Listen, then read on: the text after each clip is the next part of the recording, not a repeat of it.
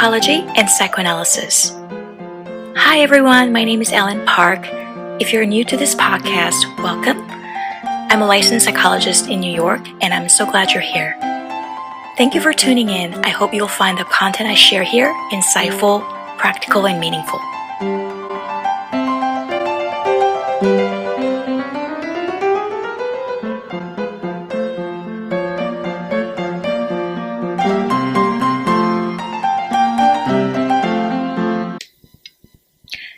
Hello everyone and welcome back. Today I'd like to talk about a topic that sits at the intersection of psychology and medicine, and that is somatization and functional neurological disorder, or FND. As clinicians, I think FND challenges us to remain curious, humble, and open-minded. Personally, it is one of the most fascinating disorders I encounter because it reminds us how much we still have to learn about the relationship between the brain and behavior. Last year, I wrote an article for Psychology Today about this topic, emphasizing the importance of integrating mind and body in the care of patients with chronic illness. Today, I'd like to expand on those ideas because I believe FND represents one of the clearest examples of why we must avoid thinking in either purely medical or purely psychological terms. As clinicians, we have a responsibility to remain objective and clinically neutral when evaluating patients with FND. This disorder exists at the intersection of neurology and psychology, and there's often a temptation to explain it exclusively through one discipline or the other, as though we must choose between them. In my Psychology Today article, I argue that this approach does not serve our patients well. Instead, I believe FND reminds us that the relationship among the brain, the body, and the mind is far more complex than any single model can explain. That does not mean FND does not exist. As a psychologist working in a hospital, I regularly see patients with functional neurological disorder who present with symptoms such as weakness, tremors, gait disturbances, functional seizures, sensory changes, or paralysis. These symptoms are real, often disabling, and frequently frightening. Yet, they cannot be fully explained by structural neurological disease alone. So the question is how we approach FND. This has inspired today's episode because I believe we need to move beyond the divide between physical and psychological illness. Today, I'd like to discuss three main thoughts about FND. First, functional neurological symptoms are real. In the DSM-5, functional neurological disorder, formerly known as conversion disorder, is included within the chapter on somatic symptom and related disorders, recognizing the complex relationship between mind and body while emphasizing that the symptoms themselves are genuine. These symptoms are authentic neurological experiences that arise from changes in how the nervous system functions rather than from structural damage to the brain or spinal cord. What is unique about FND is that it reflects a disorder of function rather than necessarily a disorder of structure.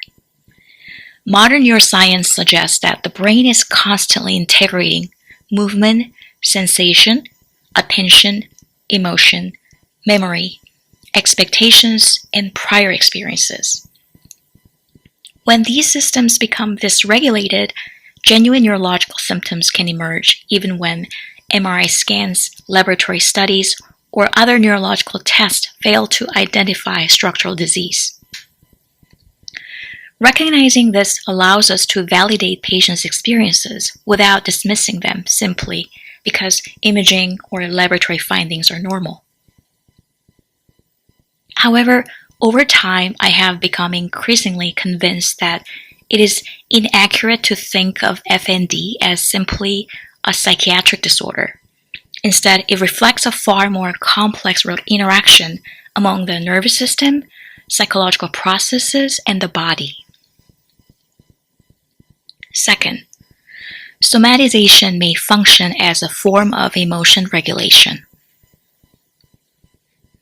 If we develop a better understanding of FND, I believe it has the potential to change not only medical culture, but also patients' understanding of illness. Psychological processes do not compete with medical explanations. They often coexist with them. In hospital practice, I frequently meet patients with significant medical symptoms who have never considered that chronic stress, unresolved emotional conflict, or even past trauma may contribute to what they're experiencing. In many cases, these processes operate outside conscious awareness, which is consistent with the psychodynamic view that unconscious processes can serve as a driving force in the development of FND. Rather than viewing somatization as something mysterious or all in someone's head, I find it more helpful to think of it as one possible way the nervous system regulates emotional distress. Normally, emotional distress needs to be processed, but this is not true in every case. Some individuals grow up in families or cultures where emotions are discouraged, minimized, or ignored. They simply don't talk about them.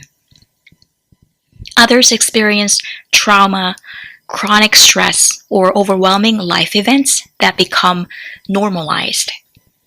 Sometimes people learn, without consciously realizing it, to disconnect from emotional experience because doing so once helped them survive. The emotions themselves, however, do not simply disappear. The nervous system still has to process them somehow. In some individuals, psychological distress may be expressed through physical symptoms outside conscious awareness. From a psychodynamic perspective, this can be understood as one type of unconscious defense mechanism. Patients are not intentionally producing their symptoms. Rather, the brain and body are continuously interacting in an effort to maintain equilibrium. In some individuals, physical symptoms may become an unconscious way of regulating emotional distress that feels too overwhelming or inaccessible to process directly. Third, psychotherapy can help. In this respect, I can say that psychotherapy can help address unresolved emotional distress in patients with FND.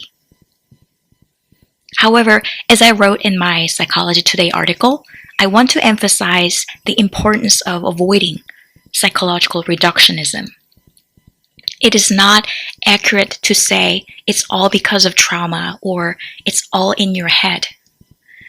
Neither explanation captures the complexity of functional neurological disorder. Instead, I prefer to think within a biopsychosocial framework in which biology, nervous system functioning, psychological processes, relationships, life experiences, and environmental factors continuously influence one another. This approach treats the whole person, and that is where true healing can begin. Within that framework, I believe psychotherapy can play a valuable role. Psychotherapy, also known as talk therapy, can help patients better understand their emotions, improve emotion regulation, develop healthier coping strategies, reduce avoidance, and reconnect with their bodies in ways that support recovery.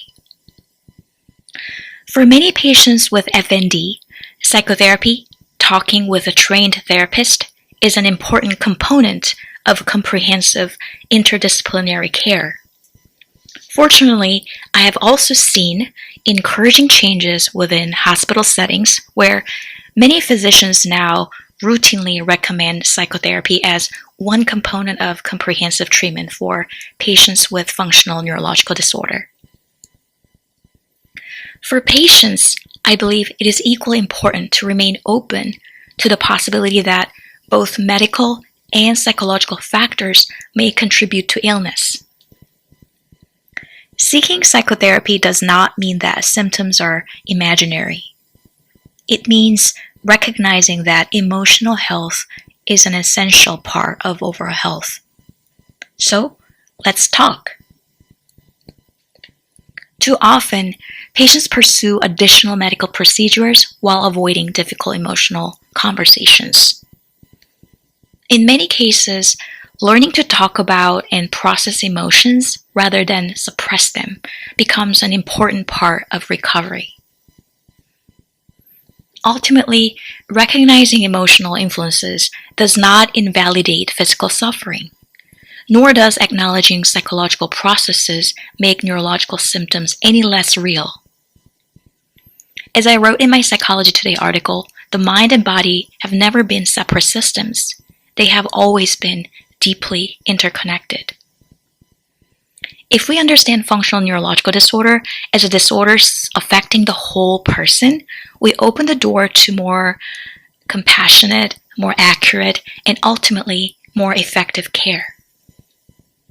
Thank you so much for listening. Until next time, take care of yourselves.